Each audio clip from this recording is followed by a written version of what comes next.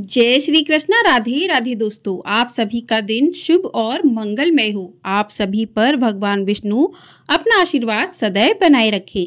आज की वीडियो में आप सुनेंगे माघ मास महात्म्य का अध्याय 6।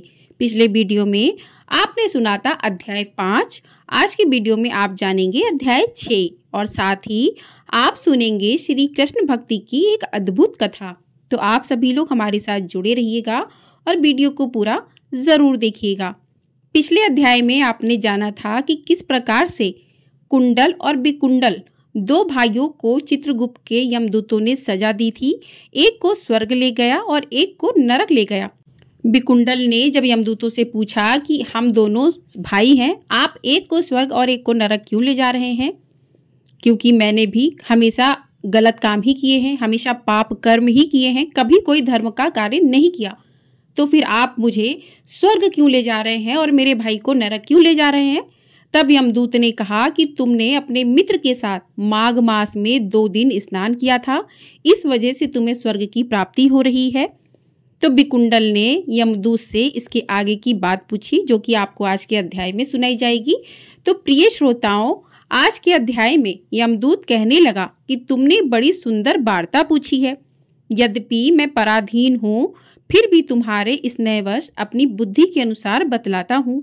जो प्राणी काया वाचा और मनसा से कभी दूसरों को दुख नहीं देते, वे यमलोक में नहीं जाते। हिंसा करने वाले वेद, यज्ञ, तप और दान से भी उत्तम गति को नहीं जाते। अहिंसा सबसे बड़ा धर्म, तप और दान ऋषियों ने बताया है। जो मनुष्य जल या पृथ्वी पर रहने वाले जीवों को अपने भोजन के लिए मारते हैं, वे काल सूत्र नामक नरक में पड़ते हैं और वहां पर अपना मांस खाते हैं और रक्त पीप पान करते हैं तथा पीप की कीच में उनको कीड़े काटते हैं। हिंसक, जन्माद, काने कुबड़े, लूले लंगड़े, दरिद्र और अंगहीन होते हैं। इस कारण इस लोक तथा परलोक में सुख की इच्छा रखने वाले को काया वाचा तथा मन में दूसरे का द्रोह नहीं करना चाहिए। जो हिंसा नहीं करते, उनको किसी प्रकार का भय नहीं होता। जिस तरह सीधी और टेढ़ी दोनों प्रकार की बहने वाली नदियां समुद्र में मिल जाती हैं, वैसे ही सभी धर्म अहिंसा में प्रवेश कर जाते हैं। ब्रह्मचारी, गृहस्थ, वानप्रस्थी तथा यति सभी अपने अपने धर्म का पालन करने और जितेंद्रिय रहने से ब्रह्मलोक को प्राप्त करते हैं। जो जलाशय आदि बनाते हैं और सदैव 5 यज्ञ करते हैं, वे यमपुरी में नहीं जाते। जो इंद्रियों के वशीभूत नहीं है, वेदवादी और नित्य ही अग्नि अर्थात हवन आदि का पूजन करते हैं, वे स्वर्ग को जाते हैं। युद्ध भूमि में जो शूरवीर मर जाते हैं, वे सूर्य लोक को प्राप्त होते हैं। जो अनाथ स्त्री शरण में आए हुए तथा ब्राह्मण की रक्षा के लिए प्राण देते हैं, वे कभी स्वर्ग से नहीं लौटते। जो मनुष्य लूले लंगड़े, वृद्ध, अनाथ तथा गरीबों का पालन करते हैं, वह भी स्वर्ग में जाते हैं। जो मनुष्य गौ के लिए पानी का आश्रय करते हैं तथा कुआं, तालाब और बावड़ी बनवाते हैं, वे सदैव स्वर्ग में निवास करते हैं। जैसे जैसे जीव इनमें पानी पीते हैं, वैसे ही उनका धर्म बढ़ता है। जल से ही मनुष्य के प्राण हैं, इसलिए जो प्याऊ आदि लगवाते हैं, वह अक्षय स्वर्ग को प्राप्त होते हैं। बड़े बड़े यज्ञ भी वह फल नहीं देते जो अधिक छाया वाले वृक्ष मार्ग में लगाने से देते हैं। जो मनुष्य वृक्षारोपण करता है, वह सदैव दानी और यज्ञ करने वाला होता है। जो अच्छे फल और अच्छी छाया वाले मार्ग के वृक्षों को काटता है, वह नरकगामी होता है। तुलसी का पौधा लगाने वाला सब पापों से छूट जाता है। जिस घर में तुलसी वन है, वह घर तीर्थ के समान है और उस घर में कभी यमदूत नहीं जाते। तुलसी की सुगंध से पितरों का चित्त आनंदित हो जाता है और वे विमान में बैठकर विष्णु लोक को जाते हैं। नर्मदा नदी का दर्शन, गंगा का स्नान और तुलसी दल का स्पर्श, यह सब बराबर बराबर फल देने वाले हैं। हर एक द्वादशी को ब्रह्मा भी तुलसी का पूजन करते हैं। रत्न, सोना, फूल तथा मोती की माला के दान का इतना पुण्य नहीं जितना तुलसी की माला के दान का है। जो फल आम के 1000 और पीपल के 100 वृक्षों को लगाने से होता है, वह तुलसी के एक पौधे के लगाने से मिलता है। पुष्कर आदि तीर्थ, गंगा आदि नदी, वासुदेव आदि देवता सब ही तुलसी में वास करते हैं। जो एक बार, 2 या 3 बार रेवा नदी से उत्पन्न शिव मूर्ति की पूजा करता है अथवा स्फटिक रत्न के पत्थर से आप निकले हुए तीर्थ में पत्थर या वन में रखी हुई शिव की मूर्ति की पूजा करता है और सदैव ओम नमः शिवाय मंत्र का जाप करता है, यमलोक की कथा भी नहीं सुनता, प्रसंग चतुरता अभिमान से शिव पूजा के समान पापों को नष्ट करने वाला और कीर्ति देने वाला 3 लोकों में और कोई काम नहीं है। जो शिवालय स्थापित करते हैं वे शिवलोक में जाते हैं। ब्रह्मा, विष्णु तथा शिव का मंदिर बनाकर मनुष्य वैकुंठवासी होता है।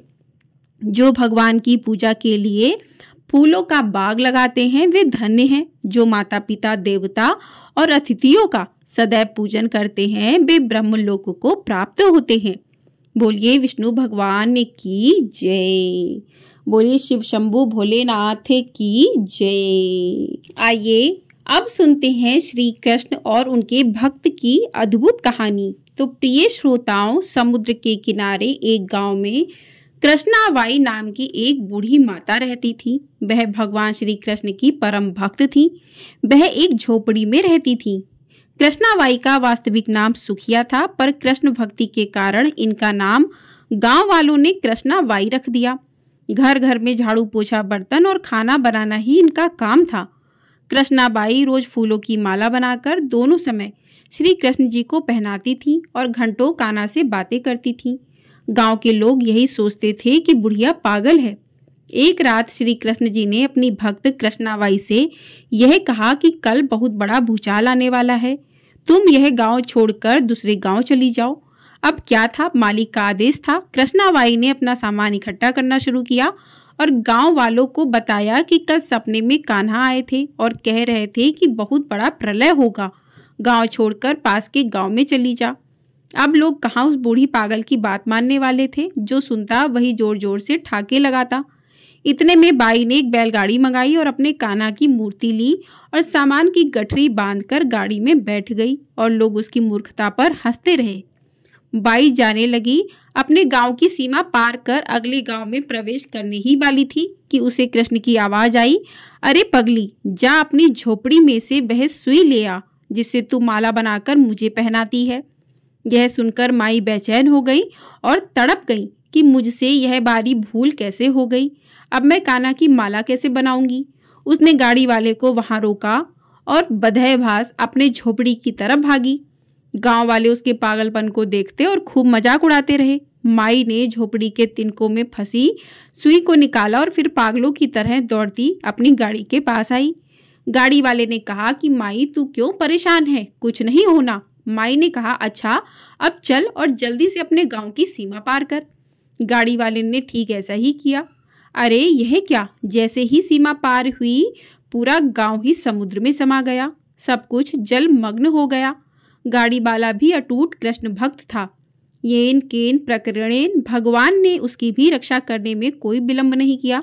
इस कहानी से हमें यह शिक्षा मिलती है कि प्रभु जब अपने भक्त की एकमात्र सुई तक इतनी चिंता करते हैं तो वह भक्त की रक्षा के लिए कितना चिंतित होंगे। जब तक उस भक्त की एक सुई उस गांव में थी पूरा गांव बचा हुआ था। इसलिए कहा जाता है कि भरी बदरिया पाप की बरसन लगे अंगार, संत न होत जगत में जल जाता संसार। अर्थात अगर इस दुनिया में संत और अच्छे व्यक्ति नहीं होते तो ये संसार कब का समाप्त हो गया होता। बोलिए कृष्ण कन्हैया लाल की जय। तो इस प्रकार से कृष्ण भगवान की यह कहानी पूर्ण हुई। आपको यदि ये वीडियो पसंद आई है तो वीडियो को लाइक अवश्य कर लीजिएगा। आपका एक लाइक हमारे लिए बहुत अधिक महत्वपूर्ण होता है। चैनल पर नए हैं तो चैनल को सब्सक्राइब कर लीजिएगा। आपको हमारे चैनल पर इसी प्रकार से माघ मास महात्म्य की कथाएं प्रतिदिन सुनाई जा रही हैं। आगे की कथा आपको आगे सुनाई जाएंगी। जो भी कथाएं पिछली सुनाई गई हैं, यदि आपने उन कथाओं को नहीं सुना है तो आप जाकर के उन कथाओं को सुन सकते हैं। और शर्तिला एकादशी कब है, इसकी वीडियो और शर्तिला एकादशी की कथा भी आपको हमारे चैनल पर सुनाई जाएगी। तो आप इन कथाओं को सुनने के लिए चैनल को सब्सक्राइब कर दें, बेल आइकन प्रेस कर दें, जिससे जो भी वीडियो हमारे चैनल पर अपलोड होगी आपको प्राप्त हो जाएगी। और कमेंट बॉक्स में राधे राधे अवश्य लिखिएगा। जय राधे।